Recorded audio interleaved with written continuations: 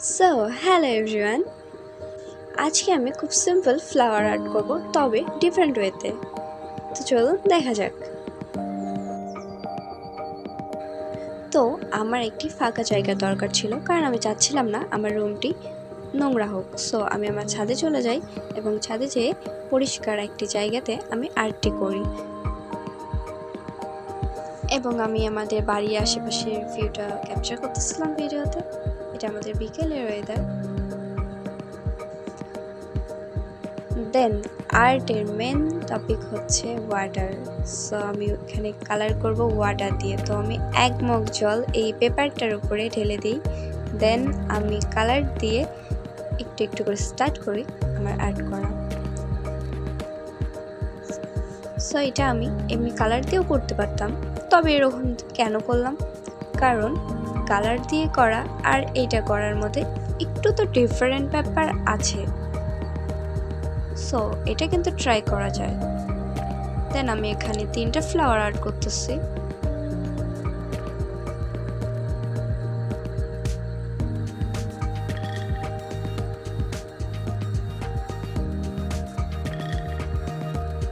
দেন আমি সবুজ কালার দিয়ে এখানে পাতা করি।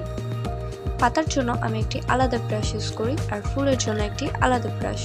তো এখানে অনেকটা পরিমাণ পানি দেওয়ার জন্য এখানে যখন আমি কালারগুলো দিতেছিলাম তখন কালারগুলো ছড়িয়ে যেতেছিল, আর একটি শেড ক্রিয়েট হতেছিল একদম ভিন্ন রকম।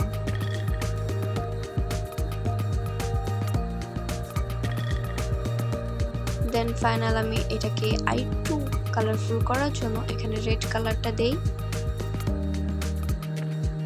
সম্পূর্ণ ফুলে একটু একটু করে।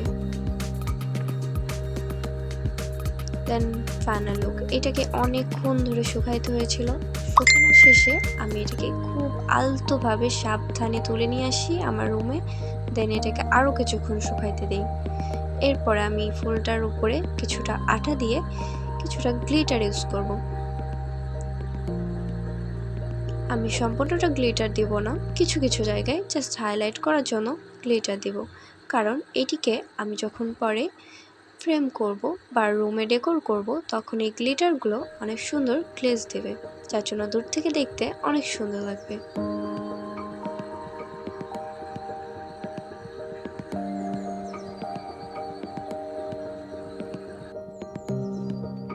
দেন এখানে গ্লিটার দেওয়া শেষ হয়ে গেলে আমি হাত দিয়ে আলতোভাবে চাপ দেই, যেন আঠার সঙ্গে গ্লিটারগুলো ভালোভাবে লেগে যায়। আমার আর্ট তৈরি। এটিকে এখন আমি ফ্রেম করে ওয়ালে ডেকোর করতে পারবো।